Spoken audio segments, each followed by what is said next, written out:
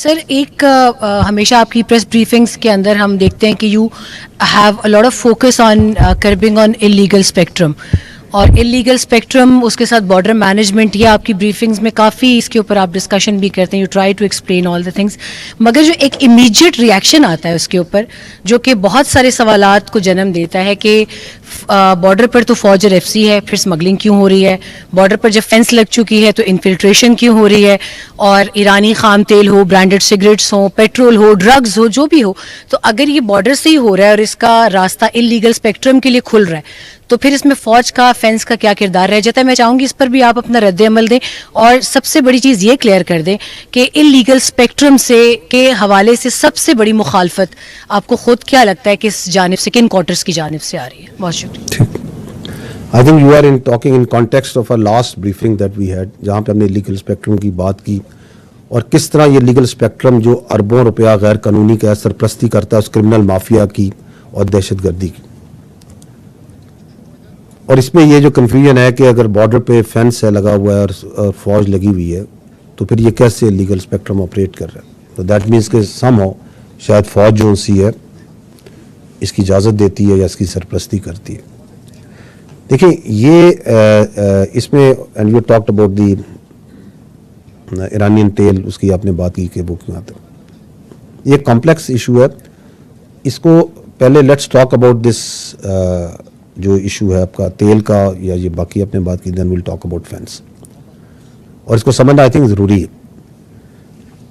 ये जो बलूचिस्तान के इलाके हैं जो मुतसिल हैं इसके साथ, ईरान के साथ, दे आर नॉट लाइक, उनको अगर आप देखें तो इंफ्रास्ट्रक्चर और सहूलियात की तरह वो इस तरह नहीं जिस तरह हम यहाँ शहर में पिंडी में या इस्लामाबाद या लाहौर में। वहाँ पे आपने तेल की बात की तो वहाँ तेल ऐसे नहीं कि आप गाड़ी चलाएंगे और पेट्रोल स्टेशन पे चले जाएंगे और तेल डालेंगे। आपने ग्रोसरीज लेनी है तो आप किसी मार्केट में जाएंगे और ग्रोसरीज वहाँ से सुपर मार्केट से कार्ट भरेंगे और लेके आ जाएंगे। वहाँ पे जो बुनियादी सहूलियात हैं उनकी कमी है, चाहे वो तेल हो, चाहे वो साफ पानी हो, तालीम हो, सेहत हो, रोजगार के मौके हो। तो जब एक, और ये बड़े वसी इलाके, एंड इट इज़ नॉट कि ये आज है, ये दहाइयों से है, एक अरसे से। तो दे हैव, उनकी जो एक इकोनॉमिक सिस्टम है उसमें उनकी एक डिपेंडेंस है ऑन क्रॉस बॉर्डर ट्रेड। क्योंकि अगर वहाँ पे उन वसी इलाकों में अगर आप जो ज़रूरियात ज़िंदगी हैं ज़िंदा रहने के लिए वो नहीं देते और वो प्रोवाइड नहीं करते, और आप फौज को कहें कि आप इधर आ जाएं और ये बॉर्डर सील कर दें और बिल्कुल बंद कर दें और कोई चीज़ नहीं आने दें, तो फिर तो ये माफिया मजीद खुश होगा, कहेगा अच्छा जी ये मुकामी लोग और फौज हमने आमने सामने खड़े कर दी। तो जरूरत इस अमर की है और उस पर काम भी हो रहा है कि बदतदरीज वहां पे जो ऑल्टरनेटिव जो रोजगार है और ये सहूलियातें फराहम की जाए। तो आपने देखा होगा, मैंने अपनी ब्रीफिंग में ही बात की कि चमन में जब ये वन डॉक्यूमेंट रजीम का इनकाद हुआ तो हुकूमत ने और फौज के ताउन के साथ हुकूमत ने और फौज ने मिलकर वहाँ पे एक वो मार्केट, ऑल्टरनेटिव मार्केट, मैंने बॉर्डर मार्केट की बात की कि 94 एकड़ बन रही है, या शॉप्स क्रिएट की जा रही हैं और फैसिलिटीज़ प्रोवाइड की जा रही हैं। अभी आपने देखा है कि ज़रमलान में जितना वहाँ 1000 एकड़ जो सी ज़मीन है उसे ज़ेरे काश्त लाया जा रहा है। ये जो आपके मुतसिल इलाके हैं उन बहुत उधर कैपेसिटी है इन बॉर्डर एरियाज़ में एग्रीकल्चर की, जो आप, और उनके ऊपर भी बहुत से प्रोजेक्ट्स उनसे बलूचिस्तान की गवर्नमेंट के साथ मिलकर कंसीव किए जा रहे हैं, उन पर काम भी शुरू हो गए। तो we have to, the state has to provide first वहाँ पे बेसिक इंफ्रास्ट्रक्चर एंड ऑल्टरनेटिव जो आपकी एम्प्लॉयमेंट है, जो रोजगार है मुतबादिल, और आप वो ना दें और कहें कि जी सब कुछ बंद कर दो, तो does it make any logic? और फिर जो ये भी आपको पता होना चाहिए कि जो वहाँ से चीज़ें आती हैं, मसलन ये तेल आता है, तो इसके जो परमिट है ये फौज तो नहीं जारी करती, ये आर्मी या एफसी तो नहीं जारी करती। आर्मी और एफसी तो एक कंसिस्टेंट कोशिश कर रही है कि ये जो इलीगल ट्रेड है इसको कम किया जाए। और आपने अगर आप नंबर्स को देखें तो ये कहाँ 15-16 मिलियन लीटर योमिया से ये कितना कम होकर 5-6 मिलियन लीटर पे आ गया। ये फौज की, एफसी की, कानून नाफिज करने वाले, इंटेलिजेंस के, लेवीज की, इन सब की मुश्तरका कोशिशों से ही हुआ है ना। So it is a problem जिसके ऊपर एफसी, इंटेलिजेंस, लॉ एनफोर्समेंट, तमाम इदारे लगे हुए हैं। but it requires a long-term solution, a sustainable solution, a people-driven, a people-centric solution.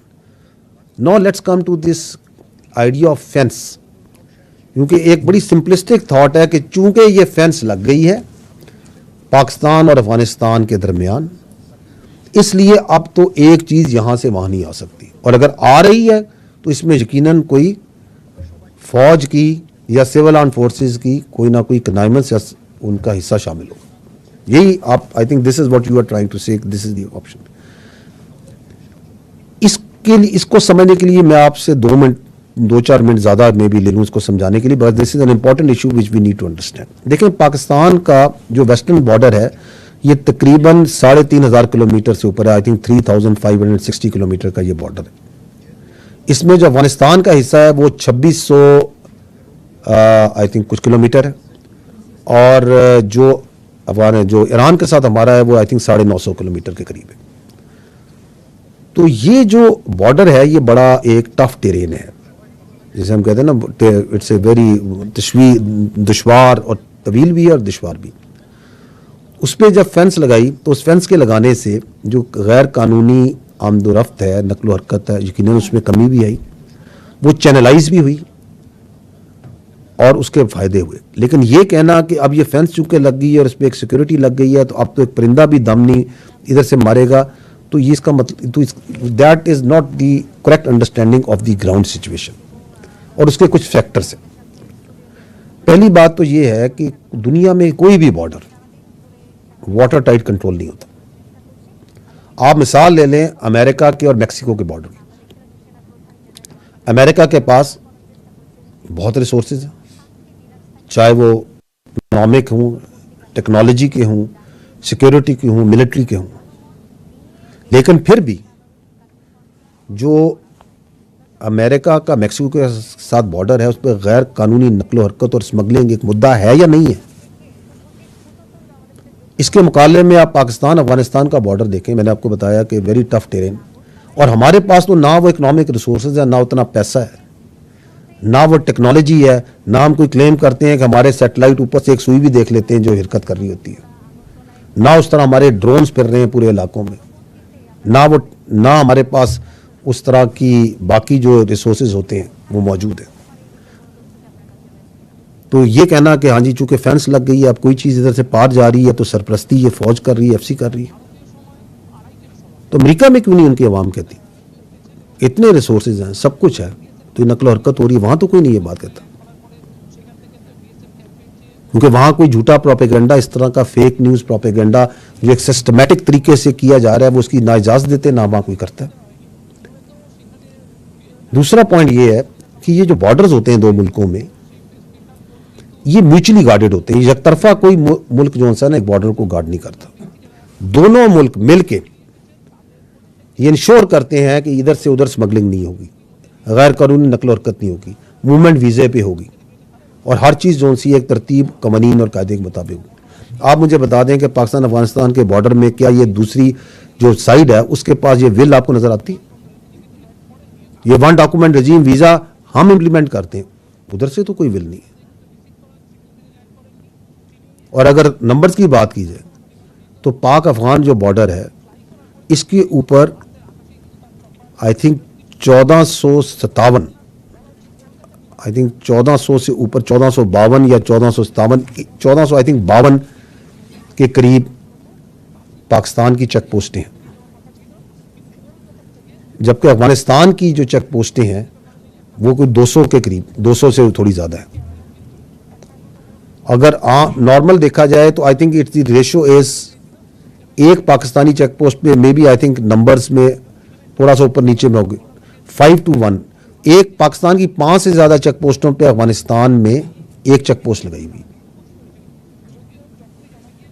सो उससे वो भी नज़र आ जाता है कि how much they are interested कि उस बॉर्डर को वो मैनेज करें, कंट्रोल करें। रिसोर्सेज की कमी भी हो सकती है, लेकिन interestingly it is not only less number of post और द बॉर्डर गार्ड। हमने ये भी देखा है कि जब गैर कानूनी नकलो हरकत होती है, स्मगलिंग होती है या और लोग पार कराए जा रहे होते हैं तो उस तरफ से फायर करके और तरीकों से उसको फैसिलिटेट किया जाता है। ये कौन से और 2 मुल्कों के बॉर्डर में होता है कि जहाँ पे जो बॉर्डर में जो मूवमेंट्स हैं उसको आप फैसिलिटेट कर रहे हैं एक मुल्क के, जी चलें जी आप इसको पार करें। अगला पॉइंट जो तीसरा पॉइंट है वो समझने की ज़रूरत है कि ये जो बॉर्डर क्रॉसिंग पॉइंट्स हैं आपके, जहाँ से ये ज़्यादातर आमदरफ्त होती है, वहाँ पे खाली एफसी की तैनात नहीं है, वहाँ मल्टीपल एजेंसीज तैनात हैं। कस्टम्स है, FIA है, लेवीज है, FC है, जिनका ज़्यादा काम हिफाजत के लिए होता है, and there are multiple other agencies.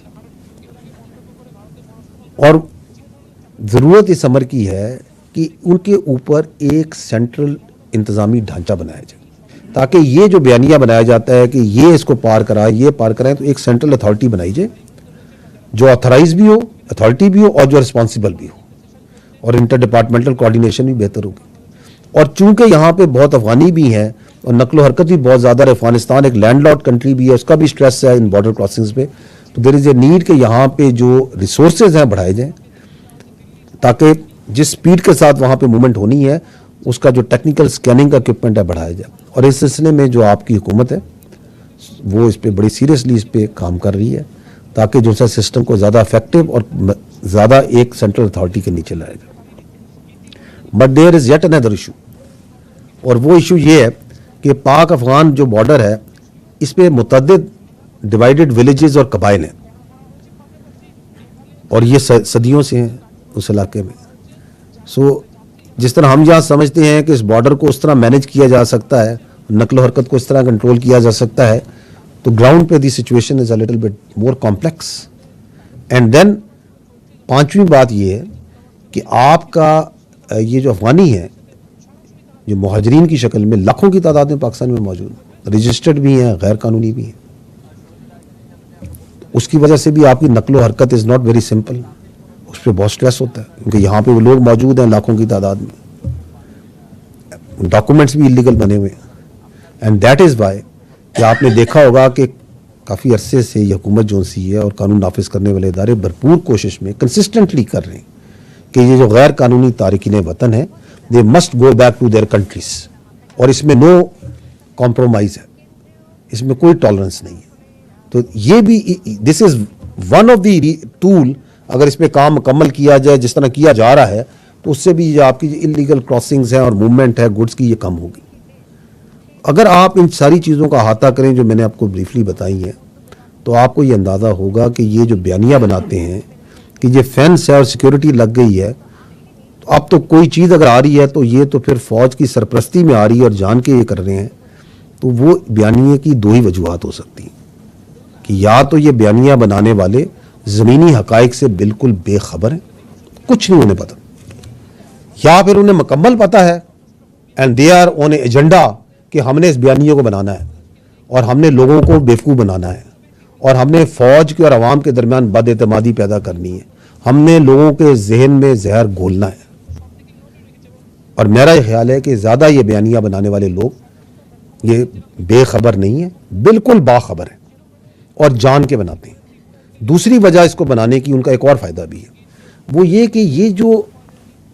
Issue है इसको इतना मतनाज़े कर दो, इतना कन्फ्यूज़ कर दो, ताकि जो एक्चुअल इश्यूज़ हैं जिनकी हमने भी निशानदेही की वो रिजॉल्व ना हो। और उसका फ़ायदा ये है कि वो जो इलीगल स्पेक्ट्रम जो इससे अरबों रुपए कमा रहा है, जब वो इश्यूज़ रिजॉल्व नहीं होंगे तो वो कार्रवाई उनकी दिहाड़ियाँ चलती रहेंगी, because you have made this issue so complex, so confused, कि ये जो मैंने आपको बताया जो असल वजूहात हैं, जो असल अंडरस्टैंडिंग है वो बनने ना दो। So that is why they do it. इसलिए हमें ये चाहिए कि हम असल इस मसले को समझें, इसका भरपूर तदारक करें। और इम्पॉर्टेंट जो पॉइंट है, वेरी इंपॉर्टेंट पॉइंट, वो ये है कि डिस्पाइट ये जो बयानिया बनाया जाता है, वी मस्ट ऑल्सो एक्नॉलेज, जो मैंने पहले भी कहा कि यस, फेंस बनने से और सिक्योरिटी लगने से इलीगल क्रॉसिंग्स और मूवमेंट्स पे कंट्रोल आया है। It is not ideal, it can get better and better provided we keep on working and we keep on investing on this. और आपने देखा होगा अक्सर व बेशतर, शायद आपने प्रेस रिलीजेस में भी ISPR की देखा होगा कि हम ये जो खारजी हैं, इन खारजी दहशतगर्दों को हम कई बार फेंस पे इंगेज करते हैं और वो मारे जाते हैं, क्योंकि वो उस फेंस एक रुकावट बनी है उनके लिए। और उसकी मॉनिटरिंग हो रही है एक तरीके के साथ. But lot can be done, and most importantly the most important action that we need to take is that कि जो पकड़ा जाए, चाहे वो दहशतगर्द है, चाहे वो स्मगलर है, चाहे वो कोई और प्रॉक्सी है, जो वहाँ पकड़ी जाए उसको कानून के मुताबिक सख्त से सख्त सजा दी जाए, क्योंकि लीगल डेटरेंस के बगैर आप इस काम को कंट्रोल नहीं कर सकते. Thank you.